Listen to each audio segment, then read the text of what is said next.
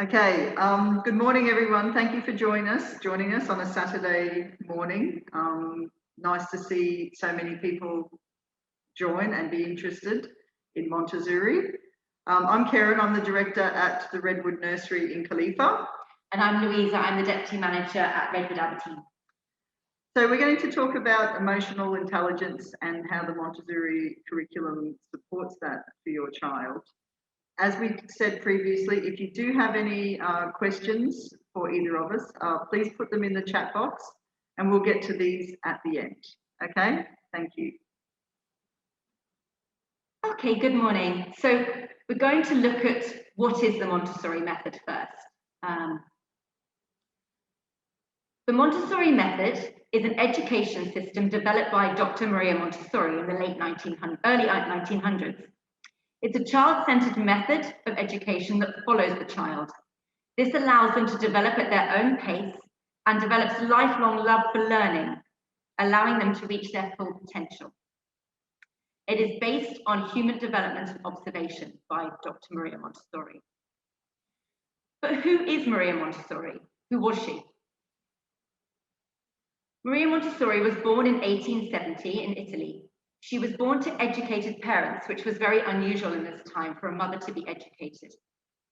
She realized at a young age that she also wanted to be educated and she wanted to be a doctor. At this point in history, women were not allowed to train as doctors. Her mother very much encouraged this. Her father was not so keen on this decision. Anyway, she went forward, she got the grades, she applied to medical school and was rejected and rejected and rejected. She ended up going to the Pope and asking for permission, which he granted, and then she started her training in medical school. During her time there, she specialized in pediatrics and psychiatry. On finishing her education, she worked in a number of psychiatric positions, but she always had a keen interest in education and helping the poor. And eventually an opportunity came up in one of the very poor areas of Rome. In this area, children were thought of as unteachable, and parents, both their parents were sent to work. So from a young age, they had to fend for themselves. And normally at age 6, they would themselves go out to work. So she was given a room and a small garden, and she asked families for donations of toys and furniture. She also had some equipment that she'd used in her training that she devised herself. So she brought this into the classroom. She quite quickly realized that the children liked the toys, but they weren't as interested in them as they were in having some purposeful work and also in the materials that she had made. So she spent a lot of time over the next couple of years observing the children and looking at what suited them and what they needed within their area to develop. Every night she would shut, they had cupboards, and she would shut the cupboards, she would put the work into the cupboards and she would lock them. One night they forgot to lock the cupboard, and the next day the teacher was running a bit late. She came in and the children were busy, sat at the tables, doing work. They'd taken the work from the cupboards and were busy getting on with it. The teacher came in and was aghast and said, they've taken the materials. Maria Montessori walked in and said, this is wonderful. They're working with purpose. They've chosen what they'd like to do. We will never lock the cupboards again. So through these observations, the Montessori method was born.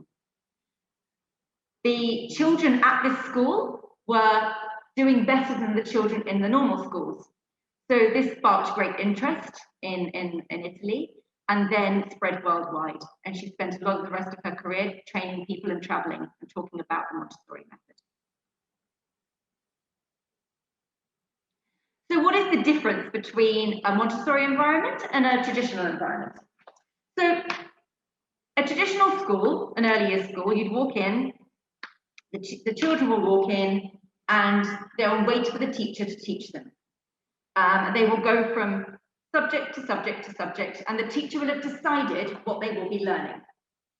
Now, for some children, this might work well. But let's say, for example, they say they're going in and they're going to learn to write the letter A that day. So the teacher will sit them all down at the table, give them the pen, give them the worksheet, and ask them to start working. Now, for some of the children, this is fine. They're interested, they're ready, they're engaged. This is great for them. For other children, they don't want to sit, they're not ready to sit, they can't really hold a pen, they have no idea what the letter A is, they have no interest in what they're doing. So the teacher will then probably spend most of the time trying to get these children who are not interested to do that work. She may eventually manage to do this, but they probably won't gain much out of it. In a Montessorian setting, we have a prepared environment. So a lot of time is spent on this. We have 5 areas of education. We have sensorial, practical life, math, literacy, and culture. And the teacher will spend a lot of time preparing the shelves with these activities. These activities will be engaging. They will be appropriate for the age and the classroom. And they will be using real objects. And every day, the teacher will check these materials are complete. So when the child comes into the classroom, they can go to whichever area they would like, and they can choose what they would like to do. So they might come in and decide, I want to do some maths this morning, or I want to go and do some literacy, or I want to go and do some practical life. So they can choose what they would like to do. So we follow the child.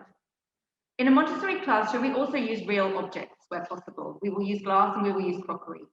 And this allows the children to feel what real objects are like. This does mean we sometimes get breakages, but we clean them up. It's okay. We teach them the value of these real objects. A lot of our materials are self-correcting. So a child will be able to sit and do their work, and we try not to interrupt them. We encourage them to ask for help. So instead of, as adults, and I've done this myself, we're very quick to jump in with our children and go, oh no, that goes there. What about, try that one there.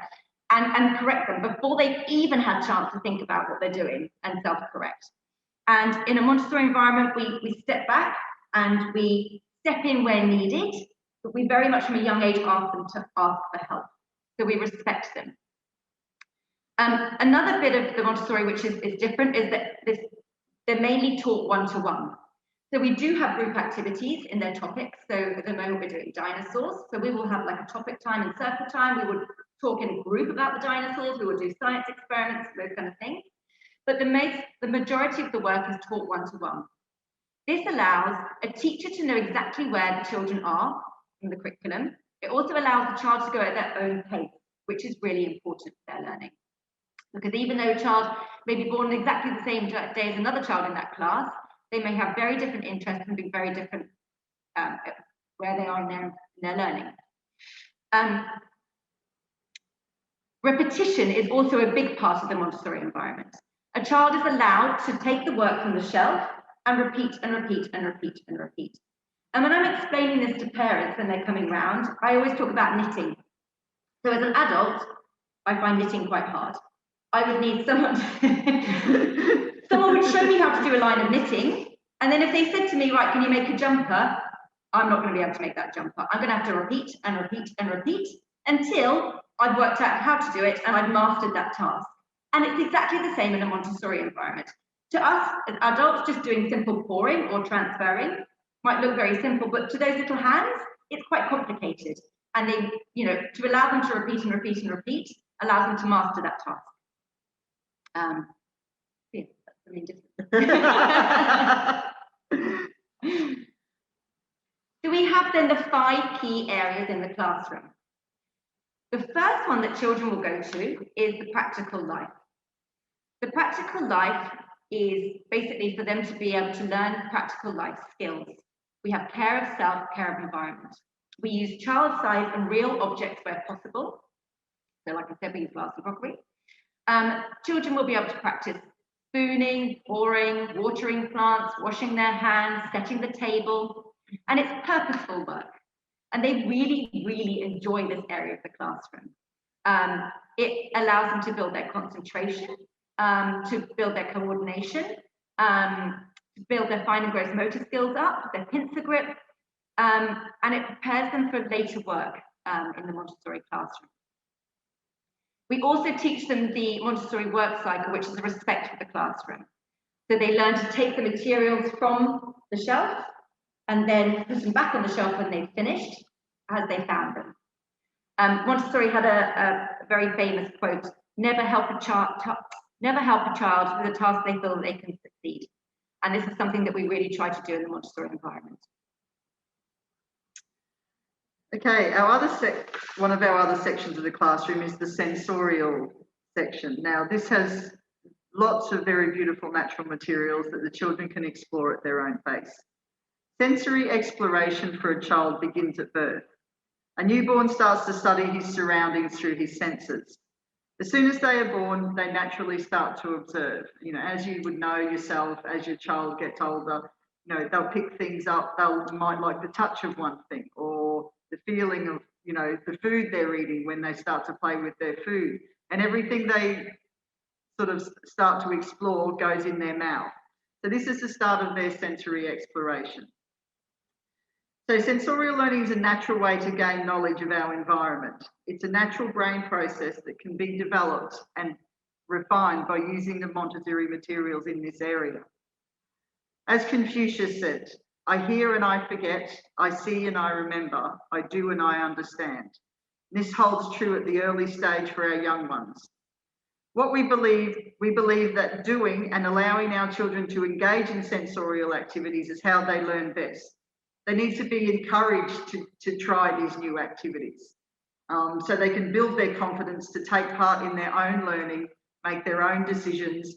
You know, and a lot of all the Montessori materials are beautiful. So, you know, the children are drawn to choosing their own materials off the shelf. You know, this is what's interesting to them. So this gives them the confidence to explore on their own.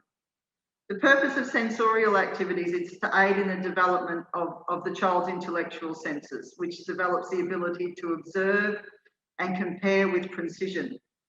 The sensory materials in the Montessori environment focus on visual perception, tactile impressions, auditory sense, olfactory and taste perceptions. So, you know, we're looking at all the senses of the child, you know, taste, sound, touch, you know, everything. And there's also like discrimination of dimensions also put in here. In addition, the exactness of the materials has a built-in of control of error, which Louisa has already mentioned. So basically the activity you can see the child doing on the right is the knob cylinders. So this has a built-in of control of error because the cylinders can only fit into the sections that they're supposed to go in.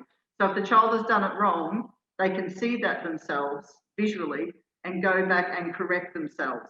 This also is where the repetition comes in too. So the child will continually doing this activity until they've mastered it themselves.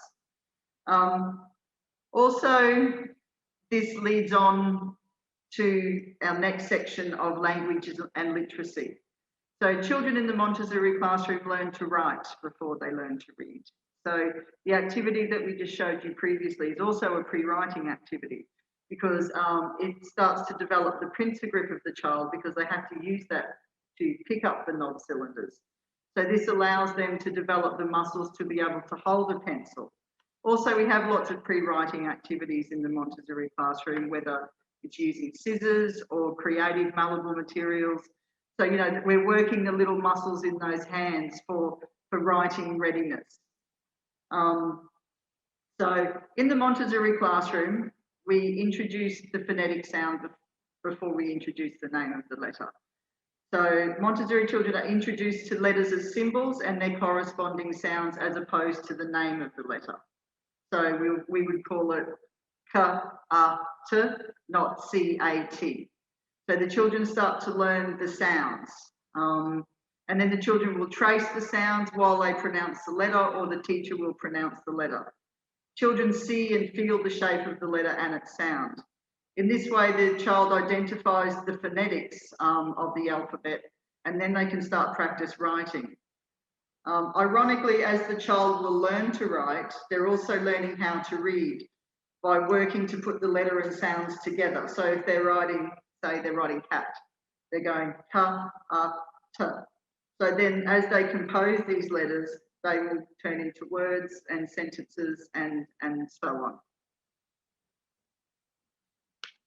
Then we have the numeracy section of the classroom. Maria Montessori realised that children are born with mathematical minds, and even outside the maths section of the classroom, they're already beginning to do pairing and sorting and classifying information. And the practical life and the sensorial sections are very good for the basis of the mathematical section. They start to pair cylinders and do all sorts of sorting. When children are ready and show an interest, they are then introduced to the counting with the help of the number rods and the sandpaper numbers. The sandpaper numbers allow them to trace the shape with their dominant hand and then trace it into a sand tray. And this allows them to be able to make the shapes of the numbers and the letters without having to pick up a pen, which can be very difficult for these little hands. They will then work on sequencing of numbers, such as odd and even. And this spindle box here on the right is how we introduce the concept of zero. And it's such a simple, beautiful way of doing it, because then the children will count the spindle boxes all the way up to spindles into the box, all the way up to the number 9. And they can feel the quantity getting bigger and bigger as they do it.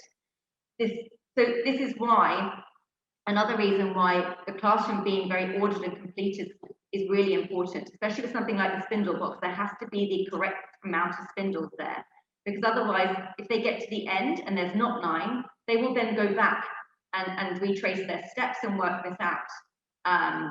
So this is a really important reason why the Montessori classroom has to be as it is.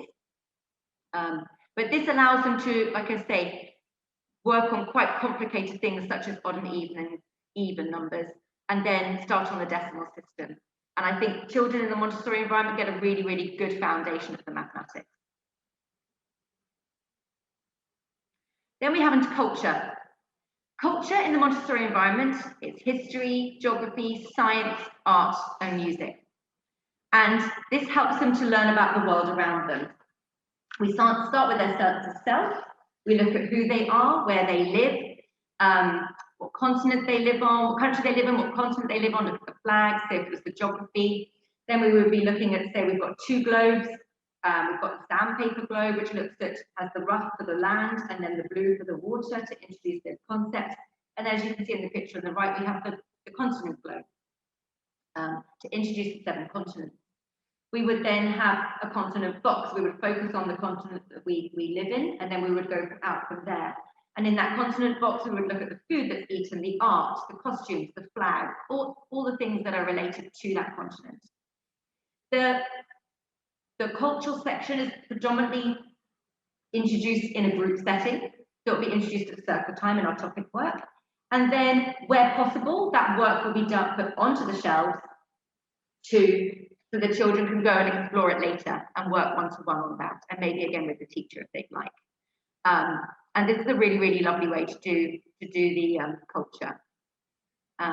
We also have something called the Montessori birthday walk, which I think is really beautiful. Sorry, yeah, no, my favourite. It's lovely. It's one of my favourite bits of Montessori, and I think it's just so beautiful and luckily COVID friendly. So children are encouraged when it's their birthday to bring in photos of when they were born and for every year since. We then encourage the class to sit in a circle.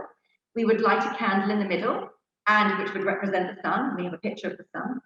And then the children will hold a globe. And then the child will stand with the teacher, and we would show a picture of when the child was born, and we would talk about when the child was born. We would talk about what they can do at that point. Can they walk? Can they talk? What do they eat? And then they will walk very slowly around the sun, around the candle, and we will sing a song. And they will then, that will represent 1 year. And then we will talk about, we'll show the picture of when they're 1, and we will talk about what you can do when you're 1. And this just really is a lovely way of showing how the world works, but also to really gain their knowledge and understanding of, how time changes and how you grow and develop. And it's just a really beautiful way to celebrate a birthday. So yeah. Creativity. So we definitely encourage as much creativity as we can in the classroom. We will prepare art within our topics, which the children can do. I am a big fan of children being able to do this by themselves where they can. Obviously, sometimes they might need a little bit of help, but I always say to my teachers, I don't care if a snowman has 5 noses and 3 eyes, it has to be their work. We also will have a section in the classroom which is free art, so they can go and they can get sticking and colours and paint, and they can create whatever they would like within the classroom. And I think this is a really important part of their creative learning. Okay, so some of the common phrases you might hear in a Montessori classroom. Montessori doesn't do sort of reward charts or stickers or things like that to, sort of encourage our children to do better, or, and notice the fact that they've done a really good job that day or that week. So we use a lot of sort of positive affirmations and, let the children think about what they've done also. So, oh, I saw you working hard. So the child, understands that his nice work has been noticed by the directress in the classroom. What do you think about your work? Let the child have an opinion about what he's done. Like, does he think his work's really good? That makes him proud when he knows, when he thinks he's done a really good job. Where could you look for that? So, as Louisa mentioned earlier, we're very quick to sort of jump in with our children and, so if a child comes up in the classroom and says, oh, I can't find, an item, well, where would you look for that? Where do you think it might be? So it's like problem solving skills as well. Which part would you like me to help you with? Which goes back to, us not sort of interfering as a directress with the child, more observation work, letting the child, use his language skills and ask you for help. Which part do you need help with? Please let me know and I will help. Don't disturb him, he's concentrating. We never disturb a child while he's working. We want to see him use those problem solving skills and critical thinking skills to work out, those things for himself. I like that you return your materials to the shelf. So, if a child packs up their workspace nicely and returns the material to the shelf, this is great. And this is part of the Montessori work cycle that we were talking about earlier. And, helps them take care of their environment and be proud of their workspace, that they're tidying up after themselves. So basically every aspect of, the environment and what we provide, we have explained to you today, outlines the benefits of a Montessori education and gives you, just a little insight as to, how a Montessori classroom would work here at Redwood. Parents ask myself and probably Louisa, many times, explain how Montessori works, and this is a topic, we could talk about for days, to be honest, but given the fact that we have like a limited time period today, we've tried to sort of give you just an idea of how it works, why the materials are there, what we do, the role of the directress in the classroom, and obviously how this, helps build your child's emotional intelligence, by, the education we provide. So I guess trying to sort of recap this and explain how it would work in the Montessori classroom is, the Montessori environment provides a self-paced learning environment for children. They are able to discover their own capabilities, whether that's learning to dress or feed themselves, communicating their needs, and developing problem-solving skills. Children in a Montessori environment aren't forced to learn all at the same level, but to develop critical thinking skills by exploring the environment. The primary focus of a Montessori environment is to follow the child. That means they are empowered to explore the areas that are of interest to them. This builds self-confidence in the child and self-esteem. The rich Montessori environment is carefully scrutinised by the directress, and her job is to observe the child, see where they are most focused and meet them there. So we've got a little video, sort of collection of clips to show you that we did during the government closure in term 3. So what we did as a group, we provided the virtual nursery free of charge for term 3 to all our parents. And the staff sort of recorded videos that you can still see if you're a registered parent in one of our nurseries on the EduCore Parent app. The videos are on the side. Just go into the virtual nursery and you can find videos there. This will help, maybe with some Montessori activities you can do at home with your child, and just give you a little idea of, what we do. So Miss Rachel has a very basic counting activity to 5 here. So she's doing counting bears, but you could count with anything you have at home, shells, rocks. Missy Katerina's doing a small sorting activity here for the little ones, just with some coloured pasta. You could easily make that at home. Miss Sandra's doing a sort of sensory activity here where the children made strawberry lemonade. So that was a nice activity for smell and taste. This is also a practical life and a sensory activity where Miss Rachel was doing a tea party with some herbal tea. This is an activity for the little ones. So Miss Cherry's just putting pegs onto the side of a box. So this helps with the pincer grip. So it's a pre-writing activity. Miss Lindsay here is explaining how Miss Mimi's transferring from left to right as our shelves are set up. So this is a pre-reading, pre-writing activity. And this is a nice one you can do at home with your child, is care of our environment. So just watering our plants and dusting their leaves and, you know, taking care of things at home. If you would like any more information, you can contact any of our branches in Dubai, Abu Dhabi or Doha. We're always free to help and answer any questions that you may have or any inquiries. So thank you for joining us today. If you have any questions, please pop them in the chat box so we can answer those for you.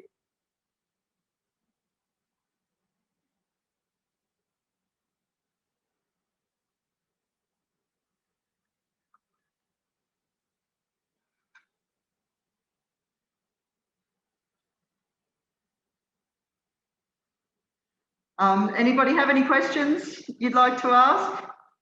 I think, you know, it might be nice to talk a little bit more about Montessori at home.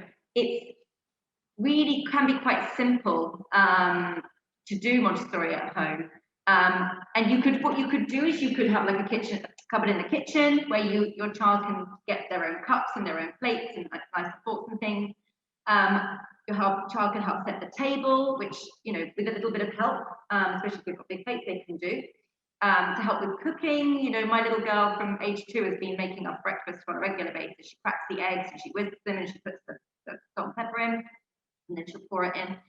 And while she's doing that, she'll set the table, you know, and they love doing these activities, you know. And I think, you know, just to have drawers in their bedrooms where they can go and they can get their underwear, they can get their pajamas, you know, a little things they can put their dirty laundry in the laundry basket, anything that they can do to make them more independent, they love doing, and it makes them feel really empowered and like, oh, I feel good, I'm allowed to do this job, you know.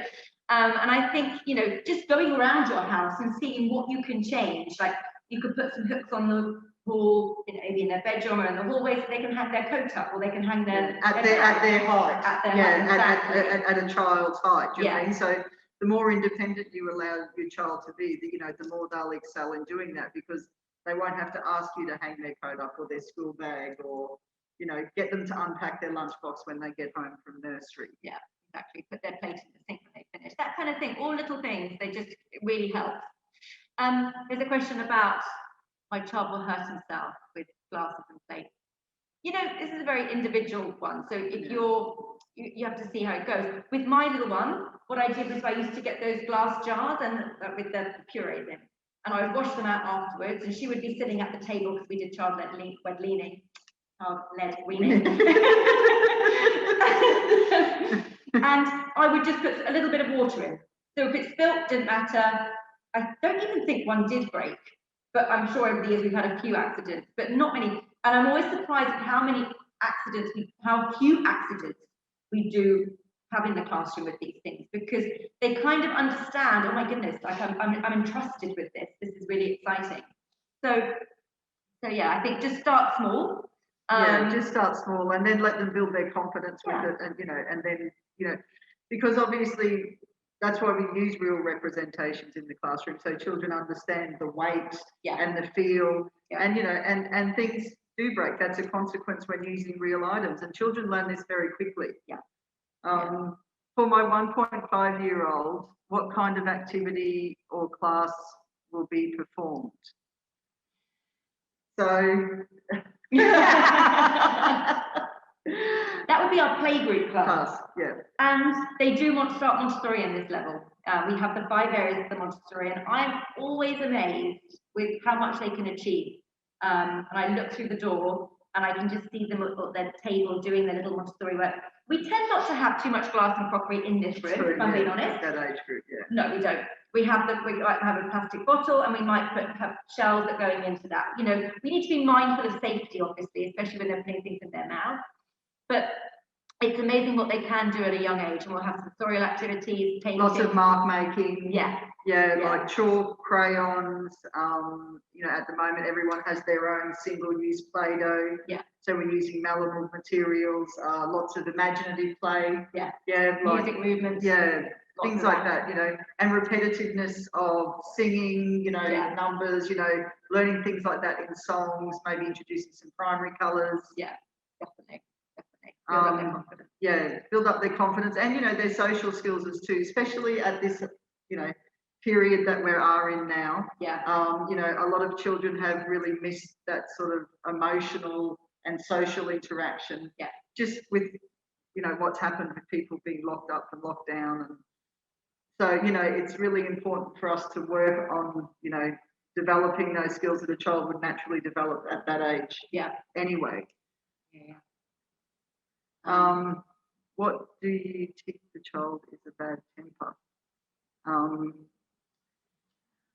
We use a lot of positive reinforcement. Yeah. So, you know, you could go into a classroom and you could go, right, stop doing that, da, da, da, da, and you could be firefighting all day. Or you can go into a class and you can go, oh, look, Mohammed, I love how you're doing that. That's wonderful work. I love it. And, you know, even if it's just one small little bit, just to you know, encourage them to do the good behaviors and to you know, to be more, to be focusing on that.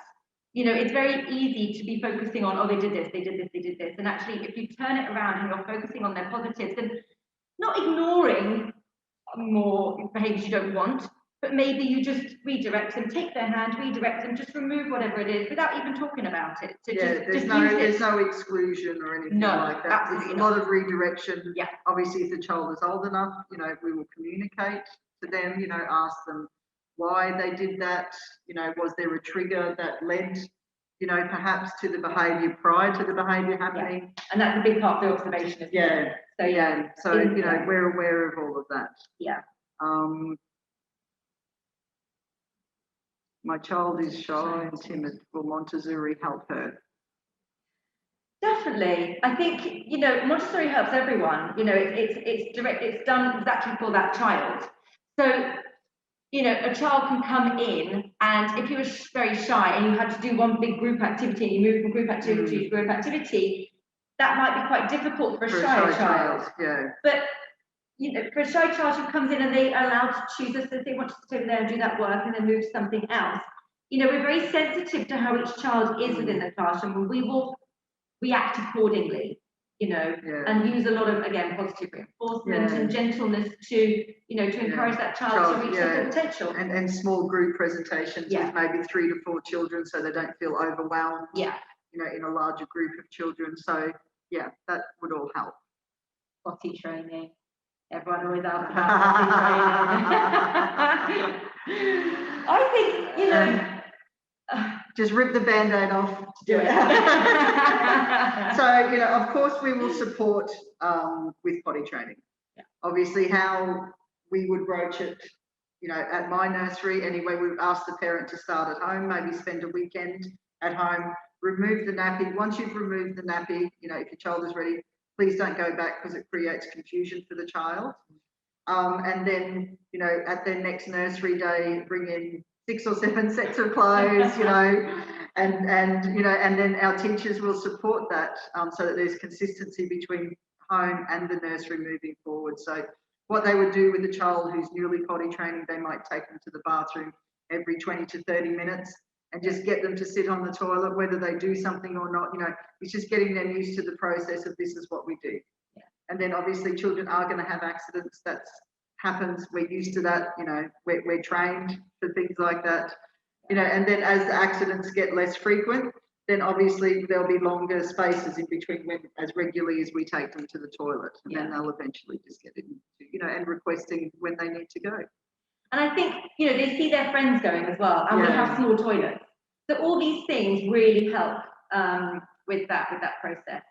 But we work together with parents, and you know, we'll always make it work. Okay. Although my daughter is 2, she's still breastfeeding and really wants to stop. How can we use the Montessori method to help her stop? Okay, well, I mean, breastfeeding is a very personal choice, obviously, for a mother. You know, it provides comfort for your child as well. Yeah. You know what I mean? I'm not really sure.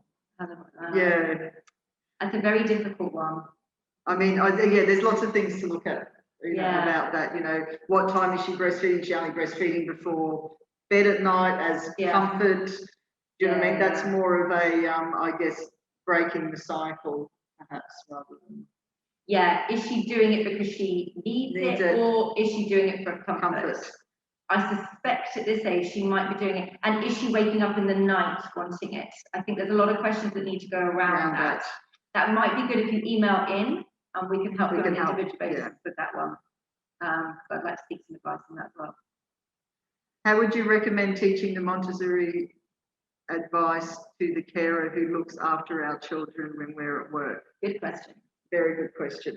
You know, and this is actually something pre-COVID times that we used to do. We used to do workshops for parents and also for our nannies and carers, so that, you know, we can have that consistency between nursery and home, because this is where we, you know, the child got the most benefit, you know, if we were keeping it consistent.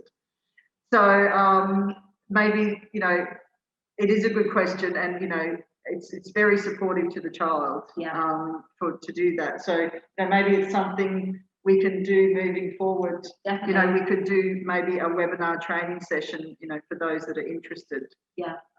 For, you know, how to introduce Montessori at home. Yes, we would be more than happy to do something like that. Yeah, definitely. That's great. Until what age is the Montessori approach recommended? Well, 18, isn't it? Yeah, sadly, in most countries, it kind of stops around 4 or 5, which is a real shame. You know, I think in the States, they've adapted it slightly and it goes up to 18. And you do get the occasional schools that goes to 18, but they're very rare, which is a massive shame. But yeah, we normally lose children at 3 or 4. Here, in other countries like in Australia or the US, you know, Montessori can go into elementary age children. So it does continue for a little bit longer. Okay. Is the Montessori approach recognised at schools? Well, actually, our Redwoods have a very good name with a lot of, you know, the schools in Abu Dhabi, and our children get preference when they apply for schools at some of the schools around us, because they have been at Redwood and they find our children are much more independent and school ready when they go to school. So, and we do have some affiliations also with schools in our local areas. Benefits of messy play, even though we do it. Benefits of messy play. Well, they love it. I try and do mine out on the balcony to contain the mess. I think they get a lot of like explorations. Sort of sensory. Definitely. And it will totally build their concentration, because they will spend a long time doing it. So, you know, if they're doing sand play, which we can't do in schools at the moment, but you could do it at home, you know, with your individual sand. You've got a sandbox at home, you know, just to have as many different materials as you can in there, lots of things for pouring and spooning and different containers. I go to my kitchen and I will just get different bits out and put them in the bath, or put them in the sand pit, or put them in whatever, because they will just be manipulating all these materials. And it's also, messy play also helps with their creative side as well. You know what I mean? So, you know, they could, you know, paint themselves with it and they think that's fun. But, you know, like they're learning to explore it in their own way without us telling them how to play with it. You know what I mean? So I think there's a lot of creativity, exploration, problem solving, you know, and it's a good way for them to explore on their own, and they enjoy it. Yeah, definitely. Will Montessori help my child learn to share? We have quite strict classroom rules in Montessori, and we teach these, you know, when they begin. And it's, you know, a child will take their material off the shelf, they will go and do their work, and then they put it back on the shelf. And once they put it back on the shelf, the next child can get it. And if they're doing floor work, they will have a small mat, and they will put their work on the floor, they will do their work, and then they put it back. So they have quite a defined space that is there. And we, like I say, we teach them quite a young age that is their work, and once it's back, then the next child can have it. Sharing can be a difficult one. Yeah, depending on the age group. It can be. And, you know, I think to say when that child has finished, then it's your turn, you know, and allow them to, because the child might be wanting to repeat it. But this is again where the observation would come in. So if we've got a child who desperately also wants to do pouring, and that child is doing it a lot, let's put a few more pouring activities in so they can all be busy and productive. How many children are generally in one bubble from 1 to 2 years? So currently, as per regulation, we have 8 children in a bubble for under 2 years. Over 2 years, we have 10 children in a bubble in attendance per day. Cheat sheet on correction and encouragement of statements. Cynthia, just shoot me an email and I'll send you some details on that. How to address sibling competition between 2 toddlers.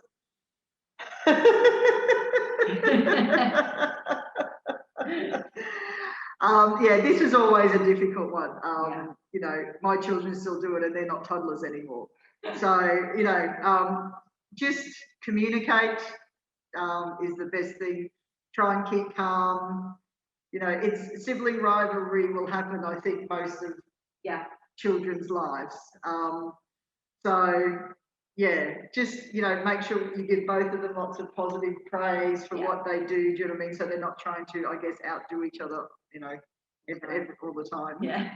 And try and spend little, you know, bits of time, whether it's 5-10 minutes individually with each child where possible. Not always possible, but I think that can be a big help as well. Do children that attend Montessori nursery have a hard time transitioning to big school? I think this is a question we just addressed earlier. About the readiness of children from a Montessori environment to go to school. You know, a lot of people think that Montessori is very sort of free. It's not. It's quite a structured environment, which fits in well when they go to school. You know. And they're independent, they can put their stuff away in the classroom, they can pack their lunchbox, dress themselves, things like that. So to answer that question, no, they don't. Are there any apps that reinforce the Montessori approach? There was one, I don't know, we do, obviously Montessori, we don't use any screens or apps, but if you send us an email, I can search a few of the better ones for you and let you know if that helps. Influence of Montessori with concern. Will your child grow up to be a creative genius and the new CEO of Apple? Well, you never know. Steve Jobs was Montessori. Was a Montessori child. This is what we want. We want creative thinkers. There's quite a few good Montessori alumni, so you know, you never know. You never know. To elaborate, jobs and careers are so much more creative and digital. Will Montessori support that? So, I mean, answering that question, obviously, because it's not an environment that we use screens, you know, we don't have TVs, we don't teach children off laptops. What we do explore, and, you know, moving forward, you know, obviously, you know, we have to keep, obviously, exploring ourselves the best way forward as the world changes around us. But, you know, we don't discard sort of technical issues. You know, we might do an activity like what goes on inside a computer. Do you know what I mean? So we do give a base for that. You know, and I think honestly, at the moment, children have had enough digital screen time recently. So it's not something that we would introduce, because they will work on that when they go to school anyway. And most kids cannot use a phone and an iPad these days anyway. Better than me. I think it's important that they're using their hands and their senses at this age as much as possible, and you know, the technology can come later, and most of them will get it at home anyway. Okay, so that's great. What I'll do, I'll just share, if anyone would like to take a screenshot of how you can contact us. or you can contact one of our nurseries directly. Yeah. But if you just share it, send any questions to info@theredwoodnursery.com. One of us will reply to you. Yeah. Okay. So thank you for joining us today, Thank you. everybody. It's been our pleasure to be able to explain a little bit about what we do. Yeah. And get to see you all. So thank you very much, and have Enjoy the rest of enjoy your the weekend. rest of your weekend. Okay. Thank you. Thank you. Bye.